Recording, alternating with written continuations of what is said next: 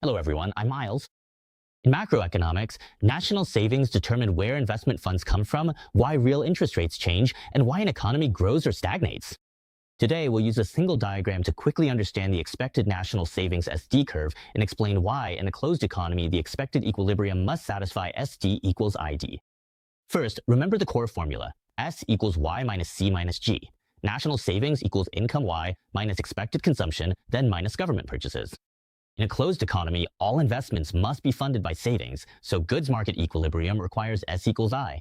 Now, let's look at the savings curve. The vertical axis is the real interest rate R, and the horizontal axis is national savings S. The curve slopes upward to the right because overall, when the real interest rate rises, saving becomes more attractive compared to current consumption. Usually, the substitution effect is greater than the income effect, so an increase in R will raise savings. Of course, changes in interest rates also have an income effect.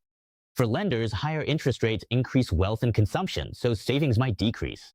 For borrowers, higher interest payments reduce wealth and consumption, which in turn increases savings.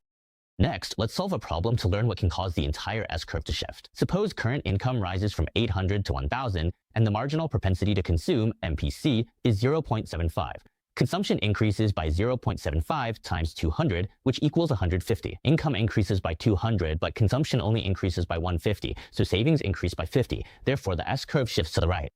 If people expect their future income to rise, they'll be more willing to spend today. Since current income stays the same but consumption increases, national savings decrease, causing the S-curve to shift to the left. The same logic applies when wealth increases. An increase in wealth will encourage more current consumption, and since current income doesn't change, national savings decrease and the S-curve shifts to the left. If government purchases G increase, since S equals Y minus C minus G, the G in the equation rises directly, so national savings will decrease. Therefore, the S-curve also shifts to the left. Next, let's work through an equilibrium problem. Suppose Y equals 1200, C equals 500 plus 0.6 times Y minus T, T equals 200, G equals 250, and investment demand I equals 350. Consumption is 500 plus 0.6 times 1,200 minus 200, totaling 1,100. National savings is 1,200 minus 1,100 minus 250, totaling negative 150. Savings are negative while investment demand is 350, so investment exceeds what society saves. During the process of reaching equilibrium, the real interest rate will rise, which encourages more saving and suppresses investment demand, eventually returning to the equilibrium where S equals I. What really matters is that macroeconomics is never just about memorizing formulas. It studies how a society transforms today's resources into future productive capacity. National savings determines capital accumulation, investment expansion, and economic growth.